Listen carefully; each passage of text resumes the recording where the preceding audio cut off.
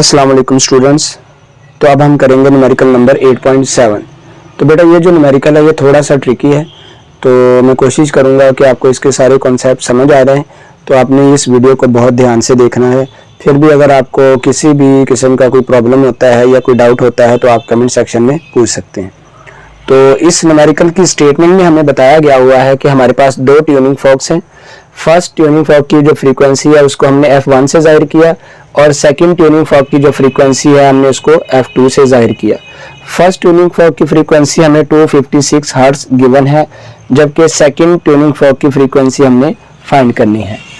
और उसके साथ हमें यह भी बताया गया हुआ है कि हमारे पास जो बीट फ्रीक्वेंसी है वो 3 हर्ट्ज है। ये हमारे पास फर्स्ट केस है।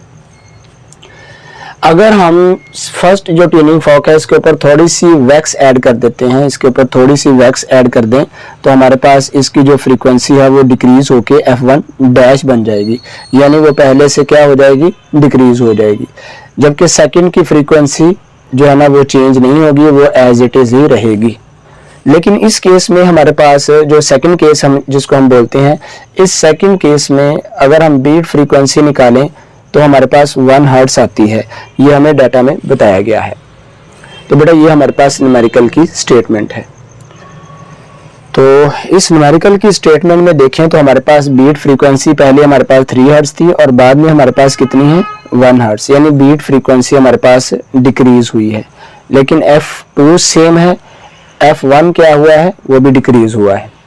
तो बेटा इस न्यूमेरिकल को समझने से पहले आपको ये दो कॉन्सेप्ट्स का पता होना चाहिए। ये छोटे छोटे कॉन्सेप्ट हैं। फर्ज करें हमारे पास 2 नंबर हैं, उनका जो डिफरेंस है वो हमारे पास 7 है।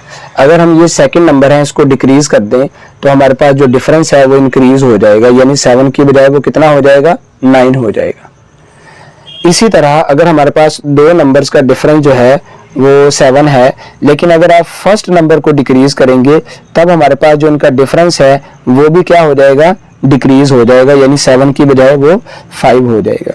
ये छोटा सा कॉन्सेप्ट आपको माइंड में रखना पड़ेगा।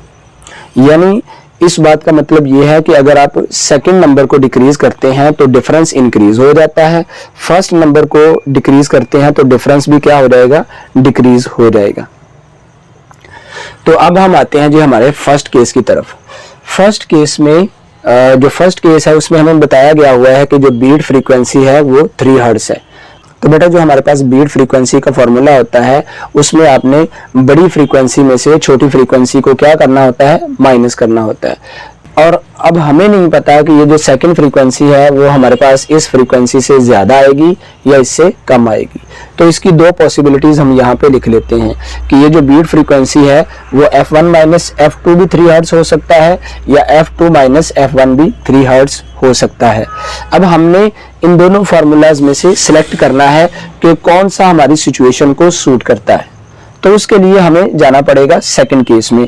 तो सेकंड केस हमें ये बता रहा है कि बीट फ्रीक्वेंसी यानी जो है वो बीट फ्रीक्वेंसी पहले 3 हर्ट्ज थी, अब बीट फ्रीक्वेंसी कितनी हो चुकी है, 1 हर्ट्ज हो चुकी है। यानी जो है फ्रीक्वेंसी का डिफरेंस पहले की निस्बत क्या हो चुका है, डिक्रीज हो चुका है।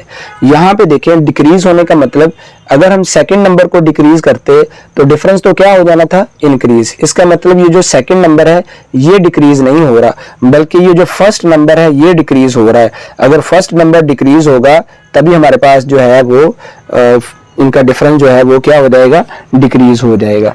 तो इस कॉन्सेप्ट को माइंड में रखते हुए अब आप देखें बीट फ्रीक्वेंसी में तो डिक्रीज होना है, बीट फ्रीक्वेंसी क्या हो जाएगी, डिक्रीज।